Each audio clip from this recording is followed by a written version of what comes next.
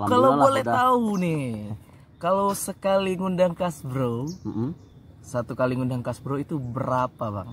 15 juta.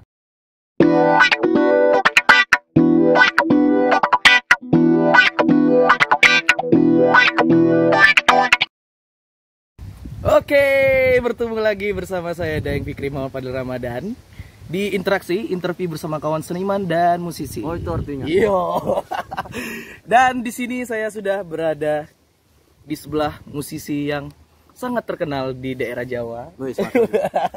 Dan ternyata adalah orang Bengkulu asli. Orang Bengkulu asli. Nama asli gitu siapa bang? Nama asli Jeff. Jeff. Tapi kalau di brand? Di Gonjor. Gonjor. Nama bandnya Casino Brothers. Casino Brothers. Jadi buat teman-teman yang ada di Bengkulu yang belum tahu, beliau adalah salah satu seniman yang sukses di luar Sumatera, ya, terutama di Bengkulu. Enggak di Bengkulu. Oh, enggak di. Malah suksesnya di luar ya. Di perantauan. Di perantauan, Bang Jeff. Dan kami sedang berada di tempat yang oke banget nih. Bisa dibalikin enggak sih? Enggak bisa. Lihat aja. Tuh. Ah. Ini dia, Bang. Bun Jagung. Bun Jagung. Wis. Ini di perumahan, cuy. Perumahan dinas ternyata. Kamu kaget, Bang. Sumpah. Tiba-tiba datang aja ke depan supir mas, ndak tahu nyo. Ngapu ikut perumahan dinas galau. Ternyata bokap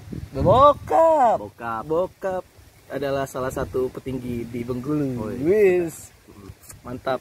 Bokap sukses lah di karirnya. Iya, alhamdulillah. Ini kita nggak apa-apa kan pakai bahasa Indonesia kan? Boleh. Ya, soalnya kan biar multilingual. Yes. Biar iya, teman-teman di Jogja mungkin di Jawa bisa tahu ya kan? Tahu. Ya, biasanya kan aku Bengkulu dulu ya. Biasanya kan aku pakai bahasa Bengkulu. Jadi untuk di sini biar kita lebih universal karena beliau sudah go nasional, kita coba pakai bahasa Indonesia dulu. Jadi kita bakal bahas soal Bengkulu juga. Ya, siap. Pantai Bengkulu, pariwisata Bengkulu gitu kan. Ngomong apa? Kita orang pemerintahan saja. Oke, Bang Jeff, ini adalah salah satu musisi, bisa dibilang musisi Bengkulu atau musisi Jawa nih, Bang? Oh, pertanyaannya langsung. Langsung aja. Langsung aja. Gimana tuh, Bang? Kalau mau dibilang, aku pertama kali kenal musik ya tetap di tanah kelahiran sih. Tetap di Bengkulu, terus memutuskan untuk serius di jalur musik, itu juga karena lingkunganku yang di Bengkulu juga. Banyak teman-teman dulu ada Kak Budi Balet, ada Bang Heri Ferdinand, Bang Kuri, iya, basis ya, basis gitu. Iya. Nah, jadi mereka memang dari dulu dekat, dua orang ini dekat sama aku. Terus ya yang bikin aku serius main musik ya mungkin karena yang mendorong karena dua orang ini juga. Kayak gitu. Begitu. Jadi kemarin sempat satu band atau enggak gimana? sih? Mereka kan udah tua-tua tuh. Jadi mereka yang memang ngajarin lah, kenalin Queen gitu-gitu kan, Beatles. Mereka yang kenalin. Jadi mulai suka musik-musik. Itu sudah buat band atau hanya suka-suka ngeband aja? Suka-suka musik aja atau udah buat band sendiri di Bengkulu? Dulu kan dari festival. Dulu beda ya sama sekarang. Kalau sekarang kan mungkin udah banyak wadah apresiasinya. Bentar, dulu itu tahun berapa, Bang? 2008, 2009 kayaknya. 2008, 2009. Ya, 2007 kan kelas 1 SMA, 2008 yang benar-benar memang terjun banget lah kayak latihan di studio gitu. 2008 saya SMP, saudara-saudara. Makanya panggil abang aja. 2008 2009 ya, Bang ya. Berarti udah lama juga berarti ngeband di Bengkulu ya? Ya sekitar 2008 sampai 2010 kan berarti 2 tahunan. Berarti hijrahnya ke Jogja ya? Jogja. Tahun 2010. Apa yang jadi titik balik kenapa harus pergi ke Jogja itu, Bang? Karena sekolah musik ada di situ tuh. Oke, sekolah musik isi. Jogja. Ngambil apa, Bang? Ngambil musik, majornya vokal. Oh, siap, majornya vokal. Ini sambil direkam ya, Bro. Ini ada tim-timnya juga dari Bang Jeff. Berarti sekarang udah profesional, Bang ya? Lah, dalam bermusik. Enggak apa-apa, santai aja. Telepon. Santai. Halo? Orang sibuk nih. Iko masih ngobrol. Ada wartawan datang. Di belakang. Iko ada wartawan YouTube datang. Tuh. Di belakang kolam, sayang. Iya. Ini masih ngobrol, masih live. Ya. Ya. Ya itu tadi orang rumah ya. Orang rumah nelpon. Iya, dan beliau langsung membuktikan kalau dia sudah berkeluarga. Anak berapa bang? Satu. Dan nambah lagi? Insya Allah tambah lah. Kalau ada rezekinya. Iya. Kalau bisa dikasih. Tapi kayaknya lagi rezekinya udah lumayan nih kayaknya. Oke, tadi kita batas di Jogja udah ngeband ya? Udah ngeband. Itu langsung dari Bengkulu ke Jogja, kuliah langsung ngeband atau pendidikan dulu diterusin? Sampai Jogja awalnya gini. Jadi aku nggak tahu sih mental teman-teman yang sekolah musik itu kayak gimana dulu pas masuk isi. Tapi kalau aku dulu pas masuk isi mentalku masih berantakan. Jadi mentalnya itu masih pengen jadi artis. Siap. Jadi masuk isi itu pengennya tuh jadi artis sebenarnya. Oke. Terus pas masuk isi langsung tuh cari teman-teman yang di satu angkatan. Ayo kita ngeband, ayo kita rekaman, ayo kita bikin lagu. Ketemulah nih. Nah, bikinlah Casino Brothers tahun itu. Tahun 2010 sekitar pertengahan menuju tahun 2011 lah kayaknya itu. 2000 berarti 10 tahun ya? 10 tahun, Casper itu 10 tahun, cuma vakumnya lama. Kenapa vakum? Karena ini cerita nih. Iya, langsung. Iya. Terus rekaman udah kekumpul nih bandnya. Ayo kita rekaman. Rekamannya satu lagu. Ingat banget tuh judulnya dulu Balada Luar Jawa. Judulnya Balada Luar Jawa. Lagu pertama Casino Brothers itu Balada Luar Jawa. Anak rantau ya? Anak rantau. Wah, dari judulnya iya. Abis itu ternyata jadi artis itu susah. Kami dengan harapan satu lagu itu kami bisa jadi artis. Oke. Ya, terus udah promo SoundCloud kan dulu kan SoundCloud sama Reverb Nation. Reverb Nation betul. Ya kan dengan harapan seperti itu. Nah, terus kenalah kami sama orang-orang studio namanya Bang Ami Fahmi, dia yang bilang, "Jeff, orang-orang sekarang mereka udah punya 30 lagu pun masih belum ada satu lagunya yang tembus bisa disukai sama banyak orang." Oke. Nah, kau baru punya satu lagu. Kok udah mau langsung terkenal tuh kayak mana gitu kan, kata Bang Ami ini kan. Wah, iya juga ya. Nah, dari situlah akhirnya sadar, terus juga duit dikasih sama orang tua juga pas-pasan untuk uang bulanan kan. Jadi kayaknya nggak mungkin ya. Jadi kayaknya nggak mungkin nerusin rekaman. Terus Bang Fahmi yang punya studio juga mengerti kan. Ya udahlah kalian nabung dulu lah, cari uang dulu lah. Entah ngamen di kafe atau kayak gimana. Jangan sampai kalian kelaparan gara-gara rekaman ini. Jadi dia juga pengertian gitu loh. Itu bagus itu. Maksudnya dia orang studio, cuman nggak yang ayolah rekaman itu kan bahaya sebenarnya. Betul. Ya kan? Ayolah rekaman. Tinggalin kuliah katanya. Itu lebih parah itu. Kayak gitu. Jadi ini Bang Ami oke lah. Itu salah satu yang itu Bang Ami itu yang pertama kali ngerekam saya itu Bang Ami. Ya, sekaligus jadi guru juga ya. Jadi guru kehidupan musik. Benar. Itu Bang Ami itu sekarang dia punya sekolah di Jogja, sekolah audio malahan. Jogja Audio School. Itu punyanya Bang Ami itu. Makanya saya harus bilang itu karena dia berjasa. Betul. Sampai sekarang masih komunikasi? Masih. Orang Kasbro rekaman di Jogja Audio School kadang nggak bayar. Jadi kawan-kawan kalau mau gratis jadi orang dalam dulu ya. Harus akrab.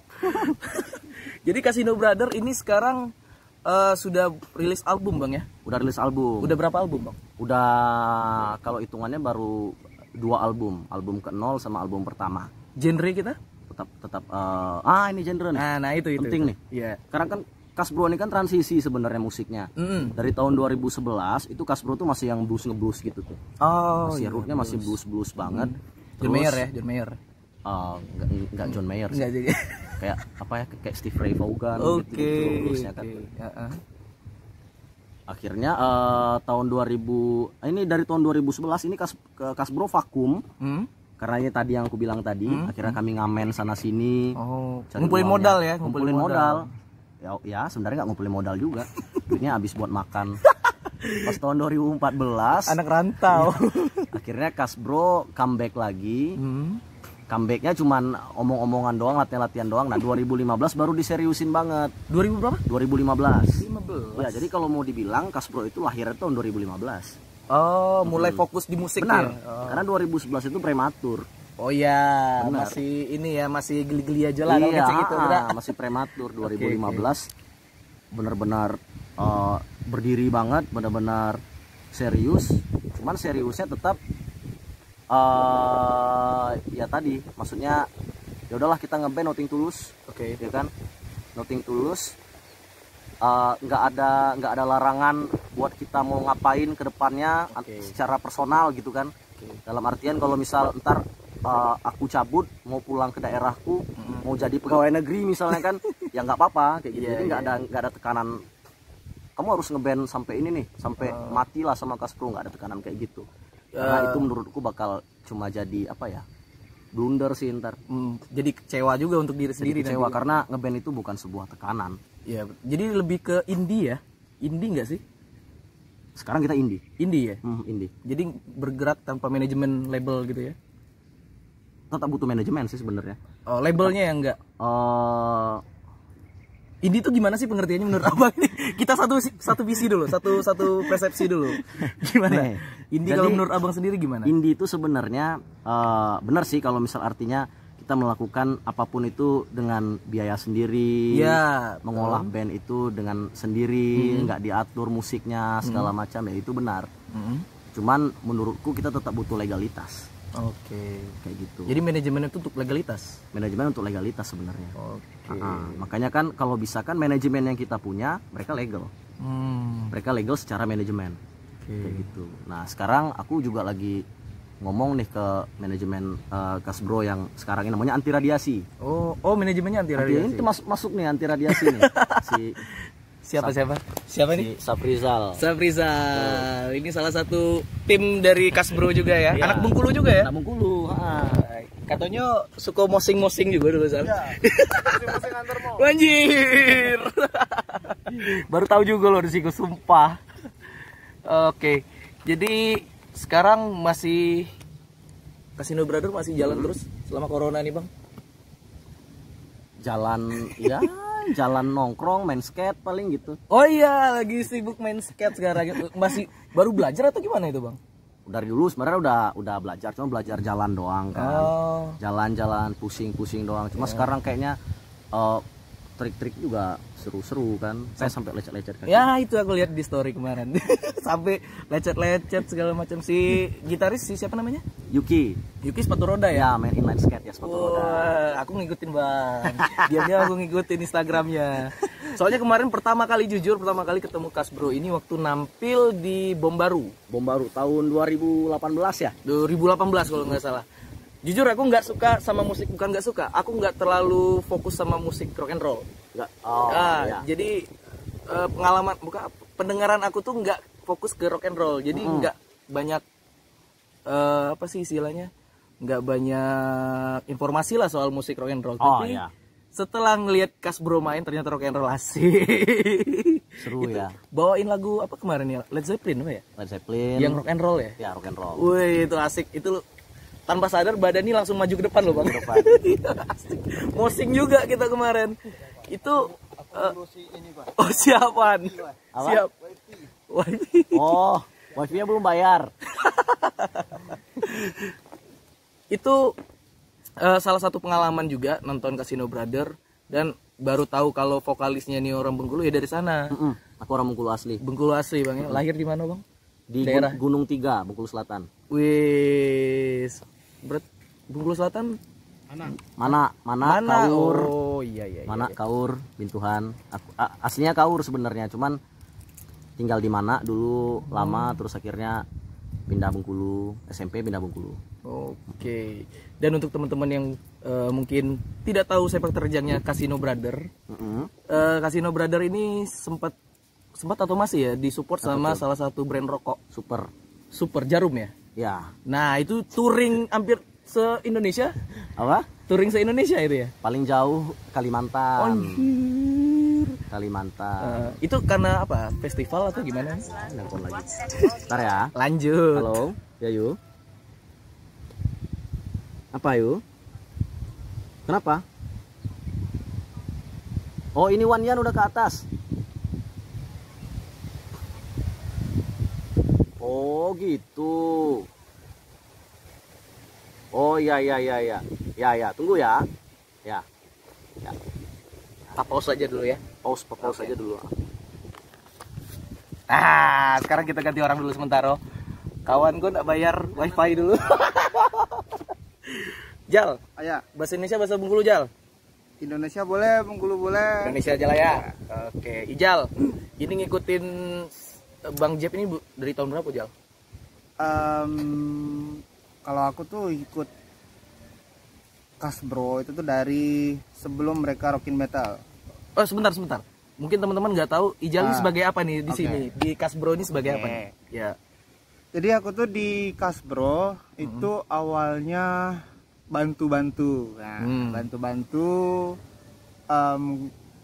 melengkapi keperluannya mereka. Itu awalnya gitu. Melengkapi keperluan mereka kalau keteteran di panggung atau di mana gitu. Kru, Jadi trail, bahasa gaul. Gaulnya trail. Jadi awalnya tuh diajak-ajak terus karena sama-sama orang Bengkulu jadinya keterusan, karena basic juga aku pernah di kampus itu sering apa namanya itu ikut di IO event kayak gitu. Oh kuliah di Jogja. Kuliah di Jogja.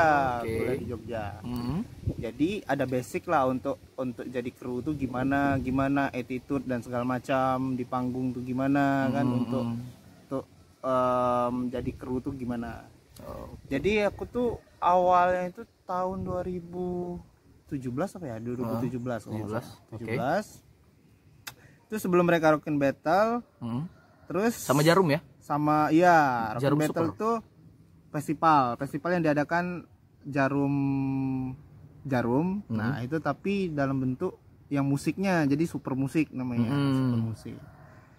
Jadi setelah itu ya ikut terus sampai sebelum ngelarin kuliah. Sekarang sudah kelar berarti. Ya alhamdulillah. Alhamdulillah. Umur berapa sekarang Jal? Umur 25. 25. Oh, Ya. beda 2 tahun lah kita. Iya, beda. Santai. Bro. Dan si Ijal ini baru ngomong tadi ya. Ternyata dulu di Bengkulu suka lihat band-band Bengkulu juga. Iya, Festival, jadi jadi dari dulu tuh emang suka musik, cuman nggak bisa mainnya. Wih. Gitu. Tapi Jadi- sempet main band juga. sempat, cuman ya yang biasa-biasa kayak cuman lihat YouTube, padahal nggak tahu itu tuh kunci itu dari mana, itu tuh not apa, nada apa, itu nggak tahu kalau dulu di Bengkulu. Main Dan apa? Gitar. gitar. Oh, siap.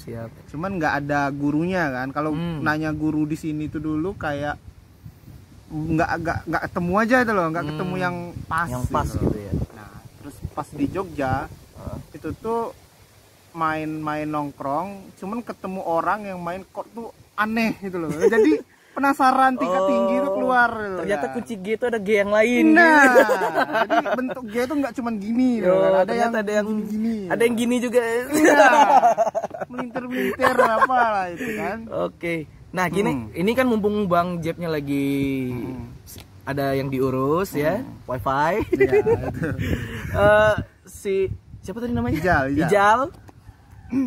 Sudah apa ngikut sama Kasbro. Itu gimana sih band mereka kalau menurut Ijal sendiri dengan band yang ada di Bengkulu ya? Kan Oke. sudah pernah ngeliat yang ada di Bengkulu nih. Ah. Dibandingin dengan Kasbro, apa yang membedakan mereka dengan band-band yang ada di Bengkulu?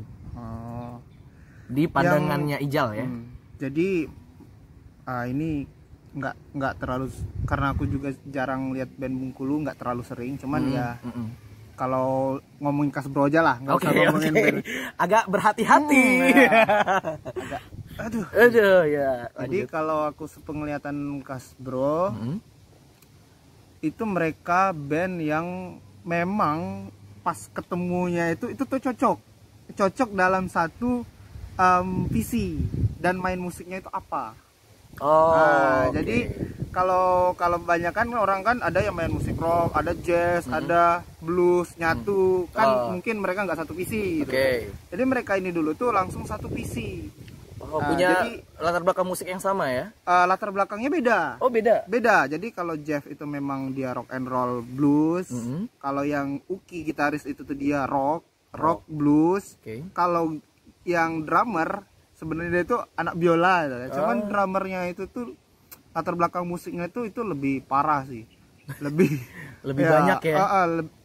Kalau lebih banyak sih enggak juga, cuman lebih parah aja. Dia jazz, pokoknya semua genre, jazz terus rock, metal ada juga gitu. Jadi iya, ini dia lebih parah sih. Jadi bedanya ya, mereka itu tuh menurunkan ego. Menurunkan ego mereka untuk satu visi ke musiknya mereka menciptakan ini musik Kasbro yang nggak ada dimanapun. Ini ciri khas Kasbro gitu. Apa nih yang bedain rock and rollnya Kasbro dengan rock and roll yang lain? Jadi kalau aku lihat rock and rollnya yang lain itu tuh pasti banyak. Pokoknya semua band rock and roll, apalagi di Indonesia tahu The Sigit gitu. Misal. Ya. Jadi pasti ada lagunya itu yang judulnya rock and roll. Ada kalau nggak tuh liriknya yang rock and roll. Kalau mereka itu enggak. Jadi rock and rollnya mereka itu tuh sebenarnya sih nggak rock and roll banget, malah agak ke rock sebenarnya. Soundnya atau gimana? Sound bisa, aransemen sih, lebih ke aransemen. Ya, jadi ada rock and roll gimana sih? Iya, ada rock and roll gitu. Bukan kalau rata-rata rock and roll kan ada yang rock and roll blues gitu kan banyak. Mereka rock and roll. Jadi kayak aneh aja sih. Aku lihat musiknya mereka tuh bukan membanggakan ya. Iya. Cuman tapi jarang karena memang temen ya. Enggak. Dibayar. Jadi karena rock and rollnya mereka itu tuh nggak kayak rock and roll yang sering aku dengar kayak The Sigit, Led Zeppelin atau dan segala macam kan. Beda lah ya. AC/DC misalnya kayak gitu. Jadi mereka itu, dari perbanyakan referensi yang itu tuh menghasilkan Kasbro. Yang referensi yang rock and roll yang aneh-aneh gitu, yang aku aja nggak tahu band apa itu kadang-kadang. Iya. Tapi itulah Kasbro. Iya sih. Aku pernah waktu aku nonton di Bom Baru itu ya, rombongan. Nah, apa yang kamu rasakan itu? Ya aku jujur karena tadi aku bilang aku nggak ada sama sekali referensi ke rock and roll ya. Cuman paling ya beberapa lagu aja lah yang paling aku tahu soal rock and roll. Cuman yang aku notice dari penampilan mereka kemarin, jadi itu ada salah satu penonton yang nantangin Kasbro bawain lagu rock and roll apa itu judulnya. Itu langsung on the spot dibawain satu satu hari itu, detik itu juga mereka mainin. Berarti aku pikir, gila, berarti udah apa ya istilahnya? Kalau orang Bengkulu tuh ngomongnya lapakam nih kan rock and roll. Segala lagu rock and roll tuh lapakam nih tuh. Dan satu apa ya istilahnya? Chemistry kayaknya ya. Benar. Jadi mereka bawain lagu ini bisa dah katanya.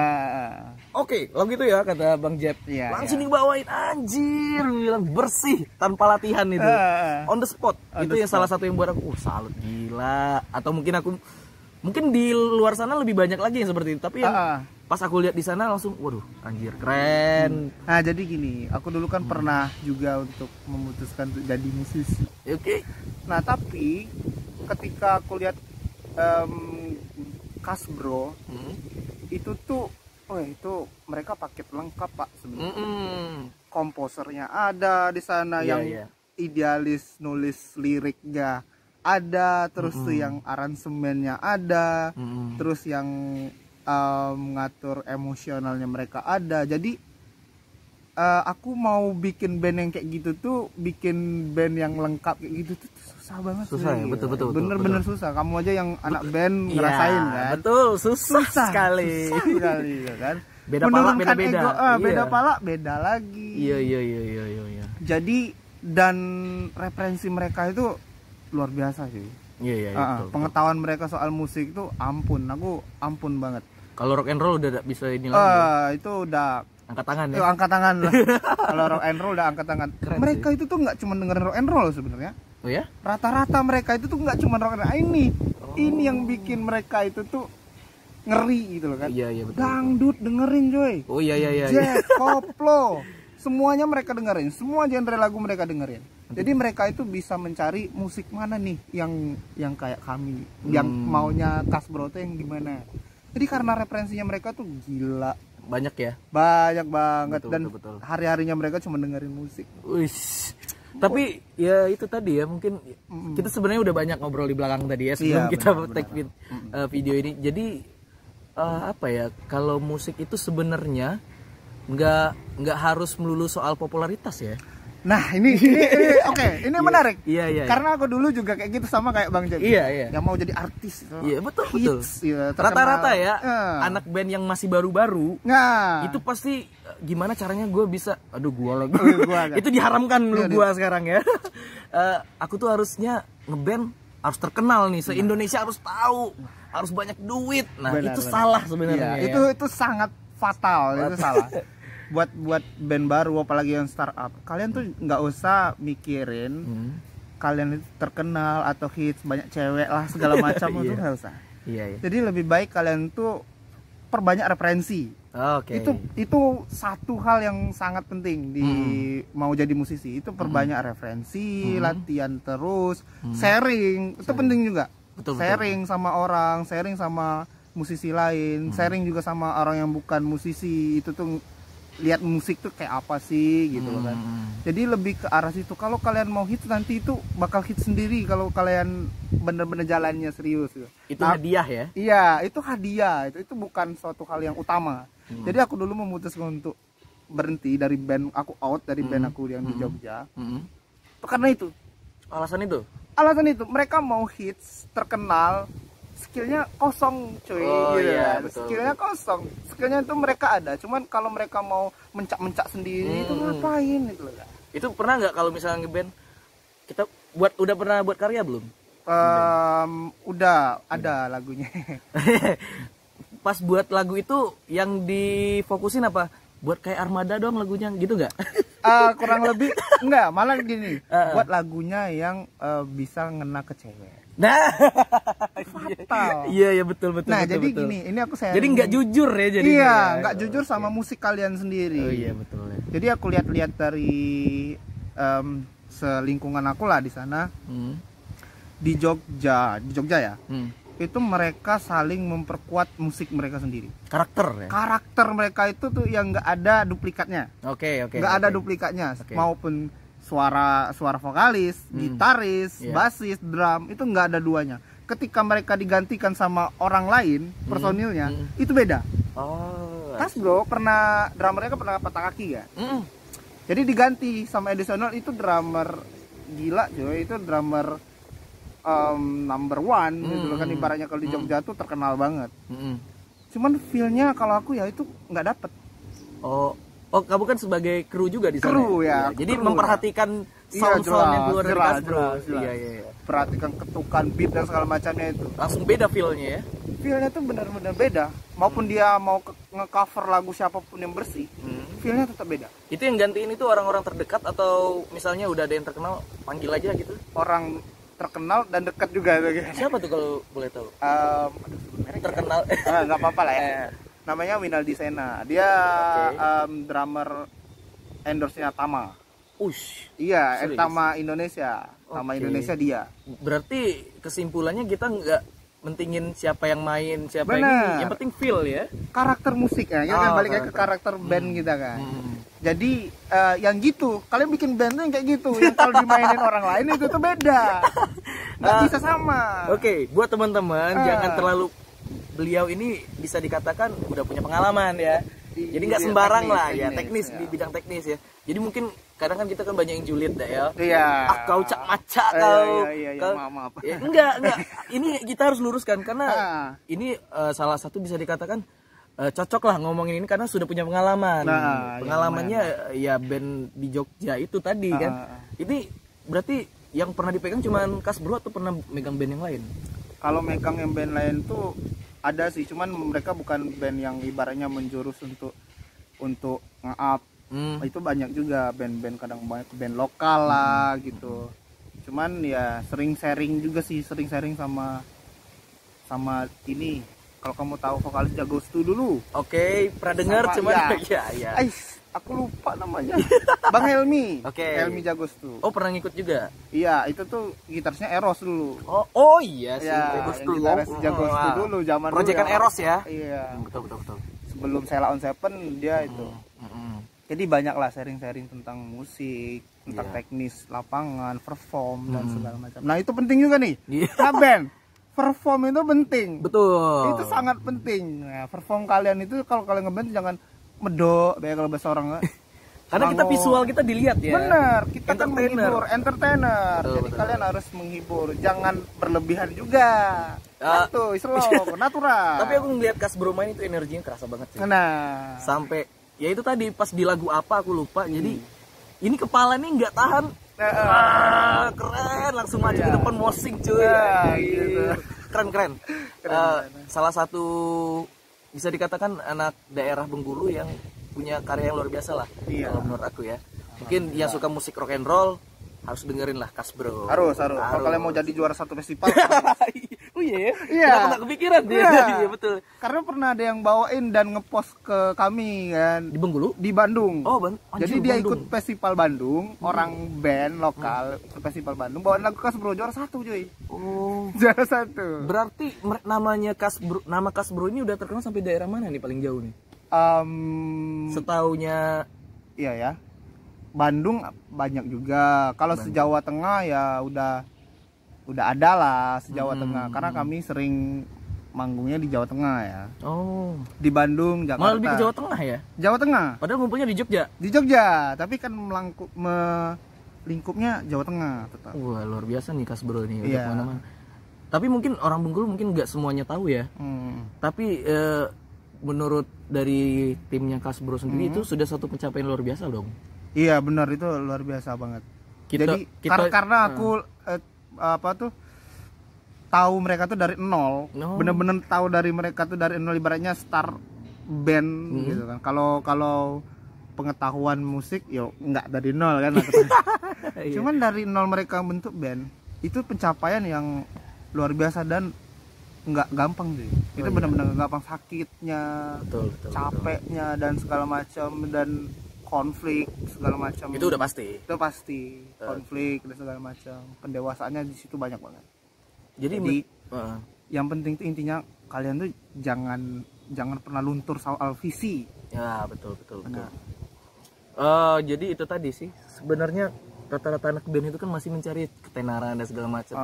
Cuman kalau menurut aku juga pribadi ya, yang namanya bermusik itu tuh kepuasan hati ya. Ya bisa. Cuman nggak bisa disalahin juga sih sebenarnya yang mau terkenal, karena mereka mungkin puasnya buat di situ. Di situ ya puasnya mereka terkenal. Iya, ya. tapi mungkin jalan yang ditempuh mungkin agak lebih gimana gitu ya, dibanding dengan yang punya karyanya jadi bagus untuk diri sendiri udah puas gitu. Nah, ya bisa. Itu sih. Nah, Kasbro, nah ini menarik juga. Jadi ada orang yang terfokus, aku tuh lagu kami tuh pengen dikenal banyak orang, pengen masuk banyak orang. Nah, Kasbro sebenarnya itu lagunya mereka itu bukan untuk orang. Untuk siluman ya. Iya. Jadi ini menarik. Iya. Aku sepengetahuan aku, lagunya mereka itu tuh buat kepuasan mereka sendiri. Nah, itu idealis ya. Iya. Idealis. Ya. Jadi mereka post dengan lagunya mereka sendiri, ternyata diterima di masyarakat. Oke. Tapi intinya yang jangan mengandung unsur sara. Nah, iya. Jadi masih attitude norma itu tuh ditegakkan. Aku kemarin ngeliat itu udah ada 2 album ya. 2 album. Jujur aku nggak ngerti sama lagu-lagunya, jujur ya, jujur. Karena ya memang aku mungkin nggak ini ya, feel-nya nggak ke rock and roll, tapi waktu melihat mereka manggung itu energinya itu luar biasa. Nah, itu yang didapat dari Kasbro tuh perform. Iya, betul. Mereka itu soal perform tadi kan anak band. Ada yang sampai manjat-manjat rigging. Manjat-manjat rigging dan segala macam. Pokoknya kalian tuh bentuklah karakter perform kalian tuh gimana gitu. Karakter musik kalian itu gimana. Jangan terfokus terkenal lah. Aduh itu kalau aku tuh ya sayang banget. Sayang, ya. Sayang banget. Berkarya melalui hati ya. Bener, melalui hati dan segala macam. Bukan hati orang lain. Ya aduh, itu lebih bahaya lagi, Pak. Bahaya lagi. Hati orang lain, aduh, jangan. Oke, kita mungkin kayaknya sambil nunggu Bang Jeb kita lanjut lagi nanti ya. Sampai ketemu Bang Jeb. Oke. Nah, balik lagi. Tadi agak tersendat. Enggak apa-apa, biasa. Karena lagi di kampung. Jadi kalau di kampung tuh banyak panggilan. Iya, rumah tangga biasa. Panggilan Wifi. Panggilan orang tua kan. Iya. Sangat penting sekali. Jangan dipanggil Tuhan aja, Bang. Innalillahi. Innalillahi. Ya, kita tadi batas cerita Kasbro. Kasbro udah lumayan lah ya namanya di Yogyakarta, Bang. Alhamdulillah. Kamu nak nanya, Cak, apa sih yang jadi rahasianya Kasbro itu bisa sampai bisa dikatakan hampir seluruh Jawa itu kenal sama Kasbro? Bahasa Indonesia, sorry. Tidak apa-apa. Tidak apa-apa. Kalau seluruh Jawa sih kayaknya masih belum juga sih. Iya, Iya kan? ya, Tapi kan minimal adalah yang tahu di Jawa iya, itu kan. Iya kan. Lumayan lah pokoknya kan. Dengan aliran rock and roll ya. Mm-mm. Dan bisa dikatakan rock and roll itu kan segmented, Bang. Oh iya, Segmented kan? bisa. Jadi kok bisa sampai orang-orang tuh bisa tahu sama Kasbro dengan alirannya seperti itu? Cak mana sih rasionya? Agak skip ya. Rahasianya ya kalau misal aku ngomong wah rahasianya kalian harus tetap berkarya. Fuck lah. Pasti. Berkarya aja terus Iya, kan. Wah, itu udah biasa ya. Jadi yang betul sebenarnya dilakukan sama Kasbro itu apa? Kalau kami kan memang satu visi yang paling penting. Satu band itu satu visi biar tahu arahnya kemana. Kalau kami memang berempat memang satu visi, pengennya bikin karya, bikin band dan bikin karya terus dan dikenal sama banyak orang. Maksud dari itu karya kami diterima sama masyarakat luas pokoknya itu. Nah terus untuk mengenalkan karya-karya kami itu kan sebenarnya banyak jalan. Ya kan ya kayak biar mencapai angka 10 kan nggak cuma 9 tambah 1. Oke. Ya kan 6 tambah 4 bisa, ya kan 3 tambah 7 juga 10 akhirnya kan. Filosofis sekali. Jadi kan banyak sebenarnya kan caranya kan. Tuh. Terus abang kan tadi bilang mau memperkenalkan karya kami ke seluruh biar bisa didengarkan sama seluruh Indonesia. Apakah harus suka atau hanya cuma mendengarkan saja? Yang pertama mereka harus dengar dulu. Oke. Masalah Itu suka sih. dengan Ida? Masalah suka dengan Ida ya terserah kayak gitu. Ada yang suka cuman nggak mau bilang kalau dia suka kayak gitu. Ada yang ngomong wah ini bagus kayaknya, tapi sebenarnya ada yang ngomong wah ini bagus, cuman dia nggak mau bilang bagus, mungkin dia iri kan banyak. Oh iya betul. Ya kan? Kadang kan kita kan bikin sesuatu memunculkan rasa iri atau memunculkan rasa senang atau memunculkan rasa yang tidak menyenangkan kayak gitu. Jadi banyak sebenarnya cabangnya itu ininya feelnya. Cuman kalau Kasbro kemarin anggaplah katakanlah strategi kami nggak tebang pilih panggung. Oke. Gitu. Karena gini, aku maaf kalau agak tinggi ngomongnya. Iya nggak apa-apa.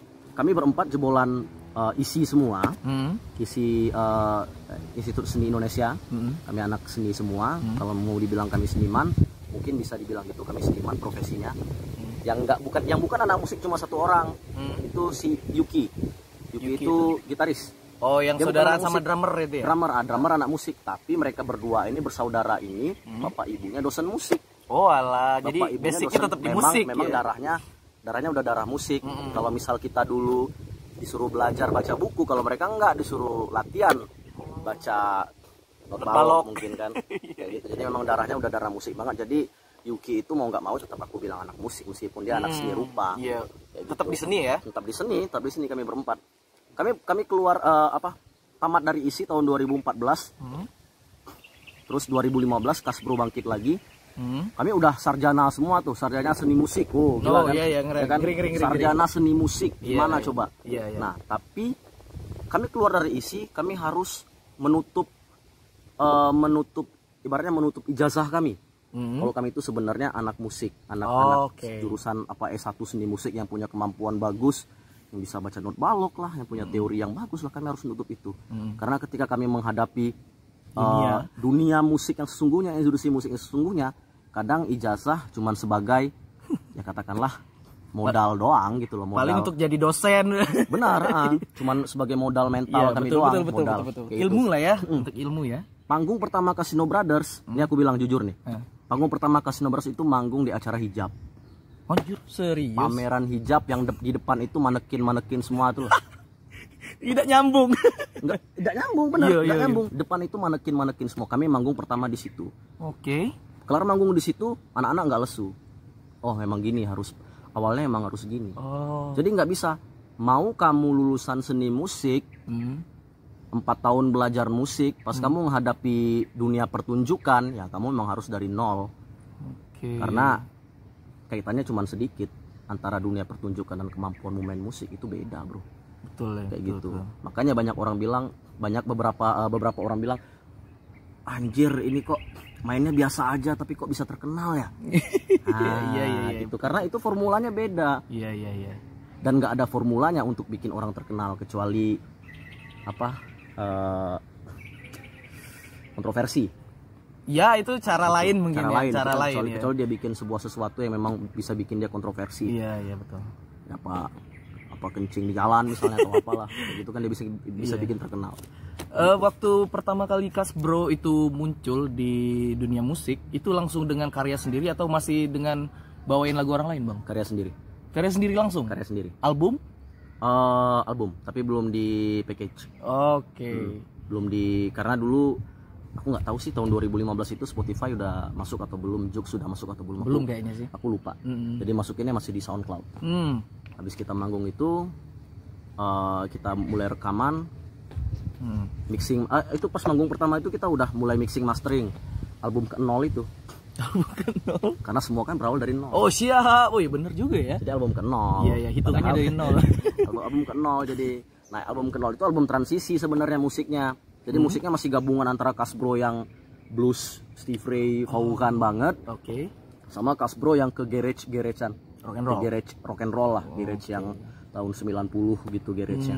Kayak The Stroke, terus The Stroke, Jet, gitu-gitulah modelnya. Soalnya yang dengerin itu kan Uki sama Derry tuh. Kalau kan Rolling Stone. Nah, tadi aku juga sempat ngobrol-ngobrol. Terus aku tadi juga sempat ngobrol sama Ilham ya, sampai selingan tadi. Ilham ya tadi namanya? Rizal. Rizal, astagfirullahaladzim. Si Rizal. Si Rizal tadi. Jadi salah satu pengalaman aku nonton Kasbro, itu pernah waktu di Bom Baru itu ada salah satu penonton, aku lupa siapa, itu nantangin Kasbro. Bawain lagu ini bisa nggak? Yang alirannya rock and roll. Dan yang buat aku kagum, tanpa pikir panjang langsung dibawain on the spot. Itu luar biasa loh, Bang. Keren loh. Berarti memang referensinya Kasbro memang udah, kalau dibilang rock and roll udah, kalau KCR Bengkulu itu lapakam berarti ya. Insya Allah. Tapi itu tanpa latihan lo ya? Ya. Tanpa latihan langsung on the spot dan perfect. Luar biasa itu. Led Zeppelin juga kemarin kan on the spot ya. Soalnya gini, kalau rock and roll, waduh, teori lagi. Nggak apa-apa, sharing aja gitu. Tahu, mudah-mudahan ini benar lah ya. Iya, kalau rock and roll kan nggak, kalau kayak blues kan basicnya kan boogie-woogie. Blues kan boogie-woogie, pergerakan chordnya kan 145. Kalau jeng itu aja kan. Oh iya.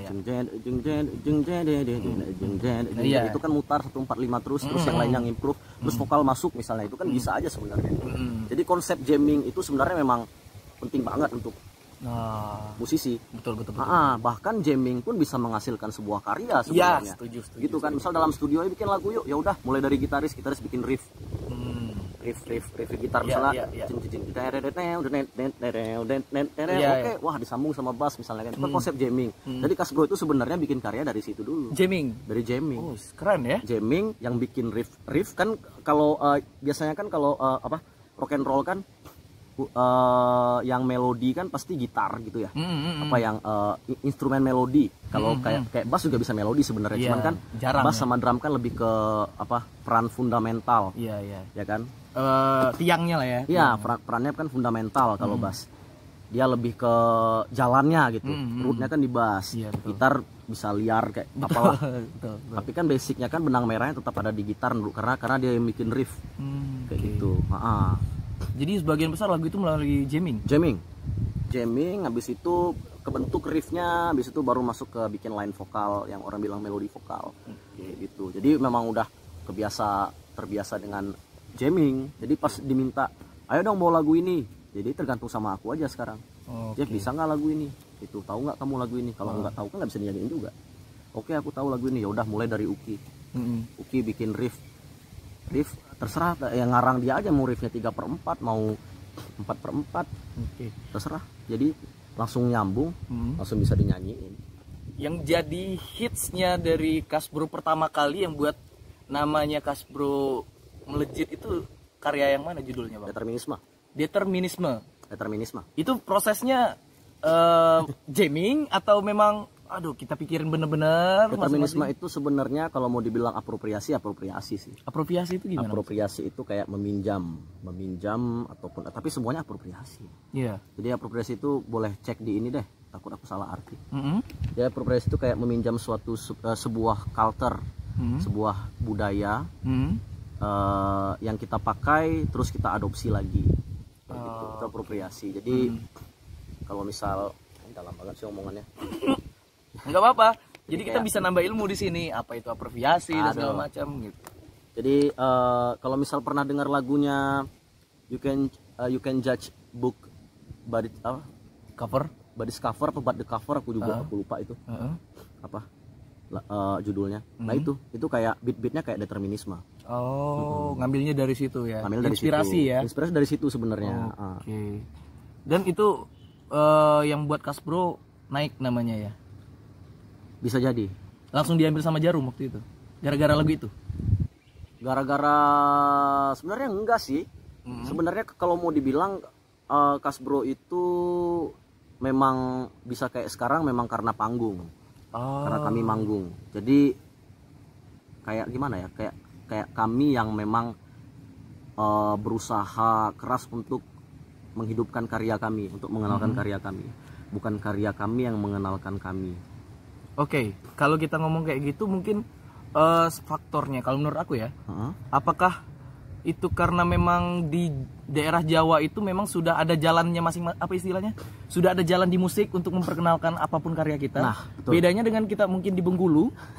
Di Bengkulu mungkin abang sudah tahu kan bagaimana perkembangan musiknya, wadahnya bagaimana, wadah apresiasinya. Iya, apakah itu yang membedakannya? Mungkin Kasbro, misalnya Kasbro terbentuk di Bengkulu, memang besarnya di Bengkulu. Apakah bakal sama dengan Kasbro yang di Jawa? Belum tentu kan? Belum tentu. Berarti memang beruntungnya faktor lingkungan penting. Faktor lingkungan. Berarti beruntungnya Kasbro itu, oke, kita sambil lihat pesawat. Beruntungnya Kasbro itu berarti salah satunya karena memang besar di daerah Jawa ya.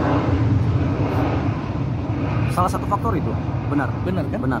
Beruntungnya Kasbro karena di Jawa, karena wadah apresiasi banyak di situ ya. Ya kan? Terus gimana ya kalau ngomong soal apa budaya gitu kan jadi simpang siur. Gitu. Ya karena memang mereka sudah terbiasa dengan musik mungkin ya dibanding dengan kita yang baru-baru mulai nih. Tapi kan ada ininya juga, ada susahnya juga sebenarnya kalau misal kita membangun sebuah band di kota besar kan saingannya juga banyak kadang-kadang. Dan berbeda-beda genre ya. Saingan juga banyak. Jadi kalau misal dibilang wah kayaknya Kasbro cepat nih gedenya karena tinggal di kota gede, kayaknya juga enggak terlalu ya. Kayaknya juga enggak semua band begitu kayaknya. Kan banyak juga nih anak-anak rantau yang di Jogja mereka bikin band. Cuman kan kadang-kadang kan juga enggak sampai ke tujuan mereka juga gitu kan. Nah, gini Bang. Kita ngomongin balik lagi ke masalah yang budaya itu. Di sini kan Abang sudah bisa dikatakan beruntung punya orang tua yang kita arah ke situ nih. Orang tua bisa dikatakan punya kekuatan lebih lah untuk menggerakkan musik yang ada di Bengkulu. Termasuk orang-orang terpandang lah di sini. Pernah nggak memanfaatkan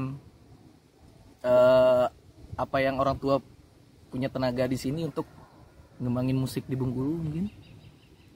Misal nih kayak Kasbro main di Bengkulu. Bolehlah kasih panggung di sini di ngerti lah maksudnya.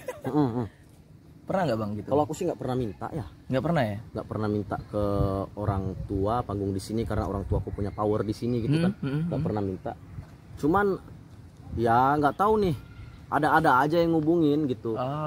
Entah mereka ngubungin atas dasar pengen deket sama orang tua aku atau enggak, I don't know gitu, ya kan? Iya. I don't know gitu kan. Dan I don't care gitu. Iya. Kita kan? bermusik ya bermusik. Kita yang gitu. bermusik kayak gitu kan. Cuma pernah nggak Abang istilahnya, ayo dong Pak, gerakin dong musik yang di Bengkulu, masa kami yang di sini ada sih di Bengkulu nggak bisa gitu? Ada sih. Ada ya? Ada. Beberapa teman-teman kan juga udah. Aku nggak kemarin ada yang minta tolong gitu kan, minta tolong siapin bus, mereka mau berangkat kemana ke entah teman-teman di Bengkulu ya? Teman-teman Bengkulu mau lomba, ikut lomba kan ke entah ke Padang, entah kemana, aku juga lupa.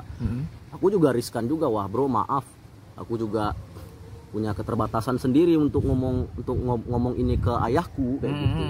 Aku nggak punya wewenang ke ayahku, aku aja nggak tahu kadang jabatan ayahku itu apa. Ayahku udah asisten 1, dari kepala biro ke asisten 1, aku pikir itu turun, ternyata malah naik jabatannya, aku aja nggak tahu. Iya. Baru-baru pindah di sini pula ya? Iya. Ini aja, asik nih tempat nih. Ayah jadi sekda aja, aku pikir turun jabatan. Ternyata naik. Ternyata malah naik. Karena saking nggak pahamnya sama politik. Aku gak paham. Kayak gitu, karena aku nggak paham. Kadang orang tua dengan anak itu punya nasib yang berbeda kayaknya. Lagian aku juga nggak terlalu, maksudnya sering debat juga sama ayah kan, yang ini banget. Dari dulu ayah pengen masukin aku kuliah di di luar musik, di institut pendidikan. Ya begitulah pemikiran orang tua ya. Pendidikan dalam kota katanya. Iya. Oh, ya berarti sempat berdebat ya masalah pemilihan pendidikan. Mau berdebat, aku pernah diajakin tuh. Oh ya? Di kampusnya dulu, dia kan alumni sana. Pernah diajakin di sana, cuman wah ya kayaknya enggak deh. Ini memang bagus, cuman kayaknya ini enggak jiwaku banget. Oke. Ya ntar lah kalau memang aku tergerak hatinya untuk masuk kampus ini, ya mungkin itu emang udah jalannya. Gitu. Jadi tapi ya tetap aja kan akhirnya larinya juga ke musik juga kan, ke isi juga akhir larinya. Jadi bisa jadiin bukti lah ya. Orang tua itu perlu diyakinkan. Perlu diyakinkan, benar. Kita memang punya pilihan sendiri, tapi ya harus punya tanggung jawab juga dengan pilihan kita ya kan? Ya. Jadi aku sebenarnya kalau misal ada yang beranggapan wah kayaknya si Jeff, si Gonjor bisa manggung di Bengkulu karena power orang tuanya, ternyata enggak. Ya masa bodoh gitu. Ya kan? Karena yang nyuruh aku manggung di sini yaitu bukan kehendak dari orang tuaku dan aku juga nggak minta. Dan juga Abang bisa jadi band besar di Jawa itu bukan kasarnya karena keinginan sendiri kan? Karena keinginan sendiri juga, bukan usaha sendiri juga. Benar. Terus aku juga nggak gimana ya? Aku sebenarnya juga kadang-kadang ngerasa bersalah juga sama Bengkulu karena aku kurang open gitu loh. Maksudnya aku pulang ke sini sedikit menutup diri. Iya. Gitu. Makanya kemarin diajakin di kontennya interaksi, wah ini. Langsung ku kejar. Karena sebelum Abang datang ke sini kan aku udah pernah ngomong tuh. Aku ngubungin Bang Gonjor. Bang, kapan-kapan ngobrol Bang. Pas udah buat story mau datang ke Bengkulu, hajar. Iya. Hanya aku bilang kan kayaknya nggak ada alasan aku untuk nolak karena itu it's my hometown gitu kan. Iya. Jadi apa salahnya berbagi? Kayak gitu kan mungkin ya kayak tadi kan aku kan nggak pernah ngalamin punya band yang entertain, yang hidup yang berkembang di Bengkulu, aku nggak punya. Dan aku nggak pernah ngerasain hal itu. Aku punya band di kota yang benar-benar hidup, ekosistem musiknya benar-benar hidup gitu kan. Nah tadi aku udah dengar sama Daeng kalau beberapa teman di Bengkulu juga merasa wadah apresiasinya kurang. Iya sih ya kan. Ini baru mulai sih kayak. Baru mulai. Karena memang aku dulu juga ngalamin sih waktu SMA. Kan ikutnya festival. Iya. Kenapa anak SMA ikut festival band? Semua ikut festival band karena wadah apresiasinya cuma di situ. Tapi penting juga sih sebenarnya festival band ya. Bener sih, makanya anak-anak, maaf nih bukan ini, bukan rasis atau apa. Anak-anak Sumatera itu mentalnya jago-jago loh kalau asli main ke kemana gitu. Three Brothers tahu nggak? Three Brothers tahu. Wah itu kan udah legend juga tahu tuh. Legend tuh ya. Three Brothers. Itu pernah ngobrol sama orang Jakarta, datang ke Bengkulu ngomongin masalah festival. Ternyata si beliau ini yang dari Jakarta itu tahu dengan Three Brothers katanya. Berarti memang bakat-bakat Bengkulu ini luar biasa sebenarnya, punya potensi untuk ke nasional kan? Benar, punya, benar. Kalau kita bicara soal skill ya luar biasa loh. Cuma paling kayak lebih ke nasib ya.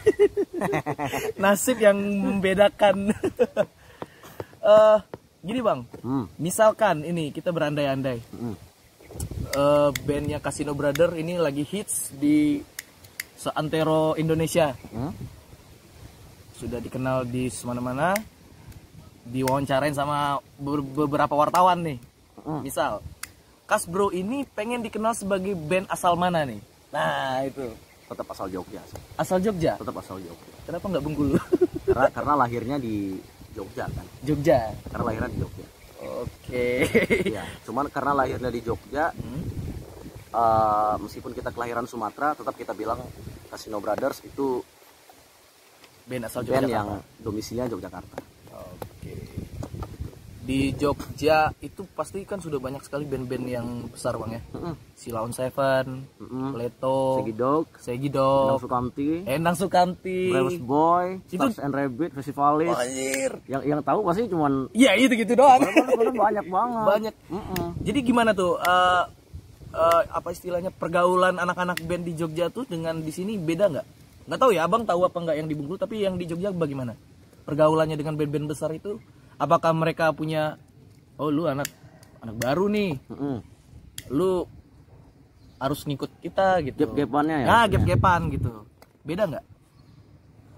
Aku nggak tahu sih kalau di Bengkulu Ya di Bengkulu kurang tahu ya. kayak gimana. Kalau di Jogja gimana? Kalau di Jogja senior welcome. Oh gitu. Pada welcome semua. Maksudnya aku pernah sering ngalamin kalau di backstage gitu kan, ketemu sama mereka, kita mau foto gitu-gitu dipersilakan, mau ngobrol di backstage juga dipersilakan. Terus kalau kita main ke base camp mereka juga dipersilakan. Kayak Segidok mereka punya doggy house, kita mau main ke sana juga boleh. Terus Festivalis Mas Farid, Mas Farid CS, Mas Robi,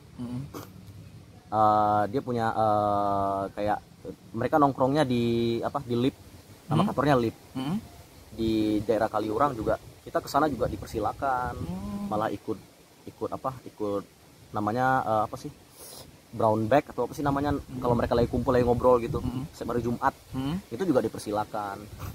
Berarti kan nggak ini kan, mereka nggak menutup diri mereka gitu. Jadi mereka tidak menutup diri atas nama besarnya mereka itu ya? nggak menutup diri, Welcome malah ya? welcome gitu ya. Cuman kan ya untuk kenal sama orang, biar orang percaya sama kita, biar orang ngajak kita ke rumahnya kan memang harus nggak sembarangan kenal. Maksudnya kan cara kenalnya kan banyak biasanya kan. Iya, nggak semata-mata pansos ya? Iya, nggak semata-mata pansos, nggak semata-mata kita ujuk-ujuk ke sana gitu, enggak. Iya, betul. Bisa jadi kita dibawa teman. Kayak aku kemarin bisa ke rumahnya Mas Farid Festivalis, itu karena dibawa sama Mas Yuka namanya. Mas Yuka itu fotografernya Festivalis. Nah, kebetulan Mas Yuka pernah motoin Kasbro juga, karena satu panggung sama Festivalis. Terus kami kenalan sama Mas Yuka, akhirnya Mas Yuka kayak welcome sama kita, dibawalah kami ke kantornya, ke Lip itu. Dari kantor Lip itu ada Mas Farid, kita kenalan sama Mas Farid, ada Mas Farid juga kenal kita. Kira dari situlah kenal. Jadi kan nggak sembarangan, nggak ujuk-ujuk nih, nggak tiba-tiba gedor pintu orang, kamu siapa gitu. Iya betul. Jadi kayak dikenalin gitu. Ya ada jembatan. Benar, ya? ada jembatannya. Kayak gitu. Dari sekian banyak sharing, apa sih kira-kira yang jadi patokannya abang dalam band misalnya? Ada lagi nggak suara? Ada. Misalnya abang sharing nih sama siapa misalnya, ada nggak yang jadi, wah ini bener nih, berarti kita harus rubah formula nih di Kasbro. Ada nggak salah satu kata-kata yang mungkin bisa menjadi inspirasinya Kasbro yang masih diingat sampai sekarang? Sama siapa gitu? Sama siapa ya? Atau Sharing ya? Sharing. Aduh, sama siapa ya? Lupa ya. Sama Mas Farid juga ada tuh. Rata-rata teman sharing punya ini sih, maksudnya senior yang aku ajak sharing, rata-rata mereka punya pendapat masing-masing gitu ya. Pesan tersendiri gitu loh, untuk meyakinkan kita untuk bikin kita tambah survive. Oh, kita bisa nih kayak gitu. Punya kayak Mas Farid, dia juga punya pesan.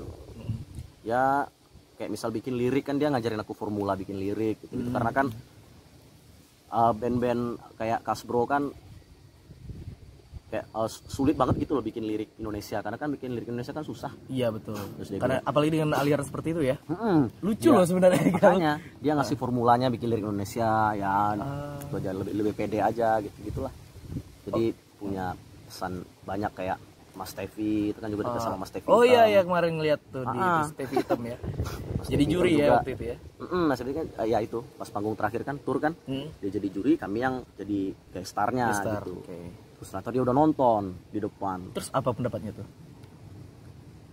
Ya nggak tahu sih, dia bilang kalian harus bangun di Jakarta. Wah, Wah, anjir, itu salah satu lagi. motivasi tuh. Ya, kalian harus bangun di Jakarta nih. Tapi udah sering malahan ya. Tapi udah sering malahan. Berarti Mas Tevi-nya baru denger Iya, dari situ ya. Mas Tevi-nya kayaknya ya karena kan nggak mungkin beliau nyimak yang Ya. ini banget kan. Iya, iya, betul, Itu Mas Tevi bilang kalian boleh nih cari sponsor biar bisa main di luar. Padahal sudah. Nah ini Bang, ini sebenarnya pertanyaannya sangat klasik. Cuman aku penasaran aja sama jawaban teman-teman yang lainnya. Nah, menurut abang mungkin sedikit banyak tahulah perkembangan musik yang ada di Bengkulu kan. Sedikit banyak ya, karena mampir ke sini kan sering tuh ke Bengkulu. Pasti ada dapat info lah band-band Bengkulu kayak gini, kayak gini. Menurut abang apa sih pesan untuk anak-anak band Bengkulu biar bisa survive dan bisa dikatakan sukses kayak Kasbro yang sekarang? Pesan seperti apa sih yang harusnya anak band Bengkulu harusnya kayak gitu? Jangan nanggung. Jangan nanggung ya. Jangan nanggung. Oke. Banyak yang nanggung soalnya ini. Oke. Daeng. Heeh. Kemarin sempat ngobrol sama yang punya RVN. Revan. Ngobrol sama Revan. Dia juga ada cerita banyak Heeh. soal dia. Jadi ada beberapa band yang udah aku tahu sekarang itu masih nanggung gitu loh. Ya kan, nanggung dalam artian nanggung visual brandingnya nanggung gitu kan. Aku nggak ngomongin karya ya. Iya, oke. Karena kalau karya itu kan udah konsep masing-masing. Manajemen ya, Ya. manajemen. Terus ya itu tadi akhirnya kan cara penyampaian band ini punya karya, band ini punya produk, band ini punya sesuatu yang perlu dikenalkan, tapi cara mengenalkannya itu menurutku masih nanggung. Harusnya gimana? Harusnya jangan nanggung. Jangan nanggungnya gimana? Harusnya jangan nanggung dong. Misal gini, ada band di Bengkulu nih. Aku nggak mau nyebut nama bandnya, mungkin ntar di komen YouTube mungkin ada ya. Ada band di Bengkulu yang direkomendasiin sama si Revan. Pas aku cek bandnya, itu dia tertulis di bio bandnya di Instagram, tertulis available on YouTube, on Spotify, Joox, Deezer, dan lain-lain lah pokoknya kan. Itu aku cek, pas aku cek, wah ternyata Spotify-nya nggak diurusin. Oh iya Kayak gitu, Spotify-nya nggak diurusin, Spotify-nya nggak verify, akhirnya pendengarnya cuman berapa ya, cuman 20 orang kayak gitu. Nah kayak gitu maksudku, Daeng. Jadi promosinya kurang total ya? Jadi promosinya kurang total. Apakah mereka harus ke luar kota? Itu nggak perlu di luar kota, men. Nggak perlu ya? Nggak perlu di luar kota. Jadi tetap itu kan Spotify kan bisa kita handle sendiri. Account platform itu kan bisa kita handle sendiri. Nggak, maksud aku dengan cara lain atau di luar dari Spotify dan lain-lain, atau mungkin dengan cara seperti abang hijrah ke luar kota baru bisa karyanya didengar lebih banyak lagi. Itu cuman cara klasik banget sih, ya kalau sih, misalnya harus sebenarnya keluar kota itu kan udah padahal kita sudah punya digital ya kan, sekarang itu ya. udah cara lama banget gitu loh. Kita Mungkin udah punya kebetulan digital. aja lagi di luar waktu itu ya. Benar. Jadi banyak kok band-band yang dari aku nggak ngomong Bengkulu itu bukan kota yang nggak maju ya, maksudnya aku nggak bilang kayak gitu. Cuman banyak kok band-band yang mereka bisa maju padahal mereka di kota yang memang wadah apresiasinya kurang. Mereka bisa kok kayak gitu dengan karya mereka. Kan karya kan soal penyampaian sebenarnya. Iya, betul. Cara kita menyampaikan, cara kita mengenalkan ke orang-orang tentang karya kita itu. Jadi semua itu memang harus kayak kesinkron gitu loh. Antara visual brandingnya, image bandnya, sama lagunya, sama secara personalnya harus nyambung banget. Kayak gitu. Kamu kalau lihat nih, aku tanya sama Daeng nih, kamu kalau lihat akunnya Death Squad, bayanganmu apa? Death Squad metal. Nah ya udah gitu. Oke. Jadi orang langsung kebayang gitu ya. Ya oke. Kamu kalau lihat Instagramnya Death Squad, apa yang dalam pikiranmu? Ya rock. Ya udah. Ya oke. Jadi apa mereka nanggung? Iya. Enggak nanggung kan? Berarti udah Kuat karakternya. kuat banget. Betul. Sampai liriknya sampai dibikin, wah, mereka tuh nggak, di dalam lirik mereka tuh mereka nggak bilang aku anak metal itu, enggak. Iya betul. Tapi entah Penyampaiannya ya. entah kenapa penyampaian lirik mereka kita udah ngerasa anjir ini band metal. Iya gitu. betul. Kayak gitu. Kayak slang lah, katakanlah slang ini klasik banget. Iya. Slengean. Iya. Ya udah, memang mereka slengean. Memang mereka sudah membranding dia seperti itu. Brandingnya selengean, mereka punya karya yang bagus, mereka punya kemampuan, terus mereka ditambah lagi visual branding mereka yang memang komplit sama liriknya, sama lagunya. Jadi jangan. Betul. Jadi benar-benar total. Jadi benar-benar diurusin. Sekali kita mengenalkan sebuah produk kita dan orang lihat, orang akan ngecap. Oke. Jadi jangan nanggung dan apa ya, aduh. Apa tuh? Ya gitu. Jadi agak terbawa emosi ya. Benar, emosi jiwa. Karena nanggung. Iya betul. Kayak gitu. Terhabis ini kita cek deh itu band yang aku bilang tadi. Siap. Mungkin yang aku bahas sama Revan kemarin, mungkin dia jadi apa gatel gitu kan kupingnya gara-gara diomongin gitu. Gak kan. apa-apa, ini kan hak setiap orang ya untuk berpendapat ya kan. Benar. Dan orang-orang seperti kita ini ya harus siap dong dengan yang namanya pendapat yang untuk membangun itu nggak mesti harus positif ya nggak bang? Iya. Iya kan?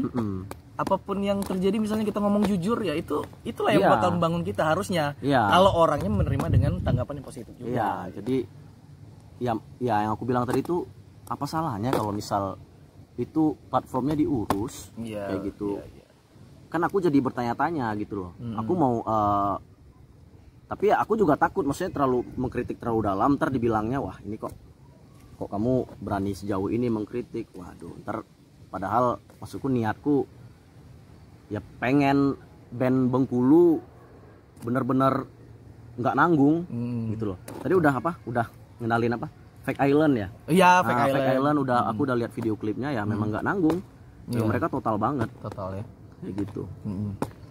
Gini bang, abang ini kan sebagai anak Bengkulu bang, pernah nggak kepikiran, aduh Kasbro nih harusnya bisa terkenal juga di Bengkulu gitu? Pernah sempat, aduh kecewa nih, kok aku anak Bengkulu tapi bandku terkenalnya di Jawa gitu? Pernah kepikiran nggak kayak gitu? Aku sebenarnya ngeband kalau dulu pengen terkenal, pengen banget terkenal. Sekarang itu nggak prioritas sih. Seiring bertambahnya umur, iya, dan seiring banyaknya panggung, iya, jadi nggak popularitas nomor sekian.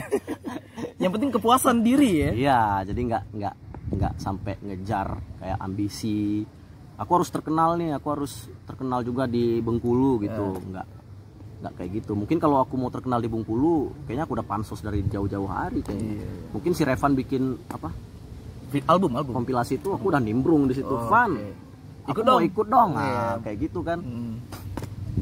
Kalau aku mau terkenal gitu kan. Tadi ajak atau enggak sama Revan ya bodo amat. Tapi aku mau dulu nih ikut nih. Buktinya kan enggak. Kepuasan abang di band itu sebenarnya apa sih bang? Dimana titik paling tingginya kalau Kasbro ini terbentuk? Itu kepuasannya di mana sih? Wah, gue bangga nih sama Kasbro gitu. Bentar apa nih? Ini salah passwordnya. Password apa ya? Wifi nih kayaknya nih. Sorry ya guys. Ya, santai guys. Jadi buat teman-teman ya yang mau cek masalah band Kasbro, sudah ada di Spotify, udah ada bang? Udah ada Spotify, cek aja. Udah Spotify, ada. Joox, udah ada semua. YouTube sudah ada. Jadi yang suka musik-musik rock and roll yang ada di Bengkulu ataupun di mana-mana di Indonesia yang mendengarkan video ini, melihat video ini, cek aja langsung ke platform-platform lah. Pasti sudah ada Casino Brother ya. Gimana tadi pertanyaannya? Casino Brother. Titik tertinggi abang yang abang harapkan di Kasbro itu apa sih? Kenapa mau ngeband, terus apa istilahnya ya? Ya itu tadi, kepuasan tertingginya apa sih di Kasbro itu? buat band? Kepuasan tertinggi saat ini atau gimana nih? Yang bakal dicapai? Yang bakal dicapai? Iya. Manggung terus pokoknya. Manggung terus. Manggung terus. Udah, batas itu aja. Manggung terus, batas itu aja. Manggungnya di Indonesia aja, di Kalau luar? bisa sampai luar negeri dong. Wih, ya, itu ya kepuasan Manggung terus. tertinggi. Karena yang Kasbro itu visinya semuanya pengen manggung.